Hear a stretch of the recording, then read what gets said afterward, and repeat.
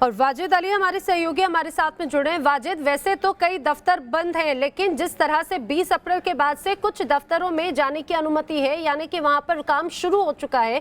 अब ऐसे में यही वक्त होता है जब लोग ट्रैवल करते हैं, लेकिन आज से एक नई तस्वीर, नई सख्ती यहां पर जरूर नजर आ रही होगी। दिल्ली, नोएडा या गाजियाबाद बॉर्डर पर किस तरह की तस्वीरें, ये बताएं, और किन किन को वैलिड पास के साथ में छूट है, ये भी जरा जानकारी दें। जी बिल्कुल नैना, मैं बताना चाहूँगा जिस तरीके से ये आदेश पारित हुआ है कि दिल्ली से आने वाले जो लोग हैं उनके लिए एंट्री पूरी तरीके से नोएडा के अंदर बैन कर दी गई है। कुछ ही लोगों को या कुछ ही वाहनों को कुछ ही सामग्री के लिए छूट दी गई है, जिसके अंदर एम्बुलेंस है या सब्जी है या दूध है या ऐसी ज़रूरतें जो आम इंसान से जुड़ी हुई हैं, ऐसे लोगों को पहले जो पास प्रोवाइड किए गए थे उनके ज़रिए ही छूट दी गई है। इसके अलावा जो है, अगर कोई और व्यक्ति या कोई भी गाड़ी नोएडा के अंदर एंट्री करती है तो उसकी पूरी तरीके से एंट्री बैन है। उसके पास अगर कर्फ्यू पास नहीं है। इसी के साथ साथ कई महकमे ऐसे हैं जिसके अंदर जो है जो ऑफिस खोले गए हैं, तो ऑफिसों के अंदर जो कर्मचारी जा रहे हैं, अगर उनके पास भी पास नहीं है तो उन्हें भी आज 12 बजे तक की छूट दी गई है। और अगर 12 बजे तक वो अपना पास नहीं बनवाते हैं नोएडा अथॉरिटी से, तो उन्हें उनकी एंट्री भी बैन कर दी जाएगी। ये फैसला इसलिए लिया है क्योंकि राजधानी दिल्ली में जिस तरीके से कोरोना वायरस के मामले लगातार बढ़ते जा रहे हैं, और जो दिल्ली से नोएडा के अंदर कामगार आते थे या फिर कोई सामान की सप्लाई करने के लिए आते थे, तो ये फैसला इसलिए लिया गया है कि ताकि नोएडा या गाजियाबाद के लोगों को कोरोना वायरस ना फैल सके। हम आपको दिखाना चाहेंगे कि यहाँ पे आप देख सकते हैं कि जो सुरक्षा है, जो तैनाती है पुलिस की, और तो वो ज़्यादा बढ़ा दी गई है। इसी के साथ साथ लोगों की बाकायदा चेकिंग की जा रही है, आईडिया चेक हो रही हैं, और जिनके पास जो है स्पेशल पास नहीं है, कर्फ्यू पास नहीं है, तो उन लोगों को यहाँ से वापस भी भेजा जा रहा है। और जो भी बात करें अगर मीडिया कर्मी की, तो मीडिया कर्मियों को भी आज 12 बजे तक की छूट है। अगर उनके पास भी 12 बजे के बाद अगर पास नहीं होगा तो दिल्ली से नोएडा वो नहीं आ सकते, उनकी एंट्री भी बैन कर दी गई। हालांकि जो नोएडा में रहने वाले लोग हैं या नोएडा में काम करने वाले लोग हैं और गाजियाबाद में काम करने वाले लोग हैं, अगर उन्हें गाजियाबाद या नोएडा में ही जाना है काम करने के लिए, तो उन्हें जो है स्पेशल पास की ज़रूरत नहीं है, वो आसानी से आ जा सकते हैं। लेकिन ये जो पूरा फैसला लिया गया है, ये दिल्ली से नोएडा या गाजियाबाद आने वाले लोगों के लिए लिया गया है, ताकि कोरोना वायरस जो है उससे जो खतरा मंडरा रहा है वो काफ़ी हद तक कम हो, कोरोना वायरस का संक्रमण जो है वो लोगों तक कम से कम पहुँचे।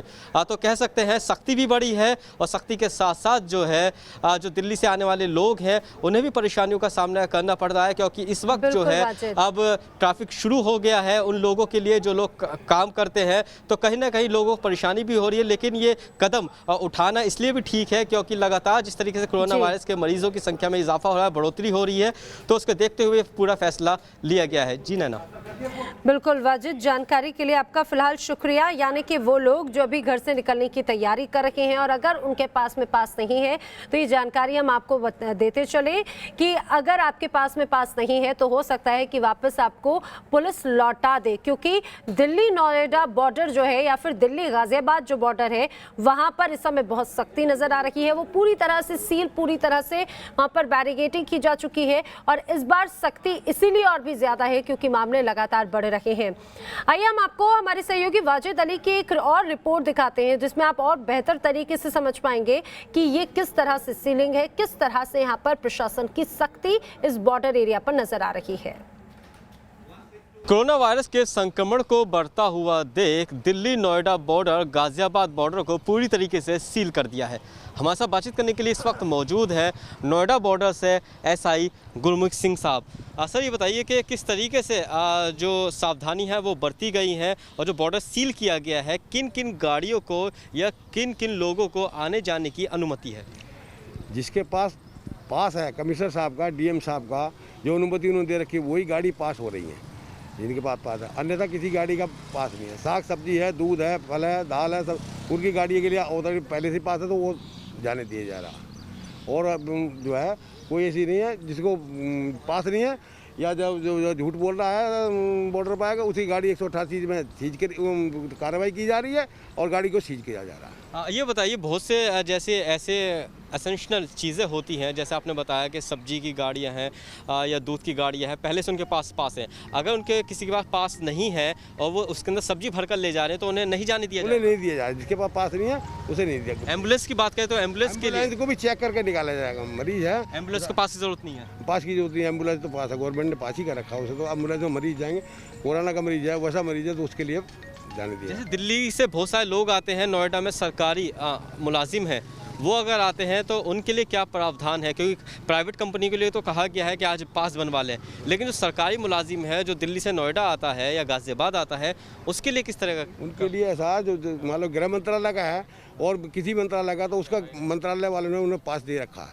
वो पास उसका देकर उसे निकाल दिया जाता है, पास किया जाता है। तो जैसे कल ट्रैफिक यहाँ पे समस्या बन गई थी, काफ़ी गाड़ियों की लंबी लंबी कतारें लग गई थी, तो आज का क्या माहौल है? आज का माहौल है, जो पास होगा जाएगा, जो पास होगा वापस कर दिया जाएगा। आप कोई कानून तोड़ेगा तो गाड़ी? हाँ बिल्कुल, उसे कार्रवाई की जाएगी। जी बिल्कुल, ये थे गुरमुख सिंह साहब, जिनका साफ तौर पे यही कहना है कि अगर आप आते हैं, आपके पास नहीं है और आप कानून का उल्लंघन करते हैं तो आपकी गाड़ी सीज कर दी जाएगी। अगर आप आते हैं तो आपके पास होना अनिवार्य है। वीडियो जर्नलिस्ट सुमित कुमार के साथ वाजिद अली, न्यूज़ नेशन, नोएडा।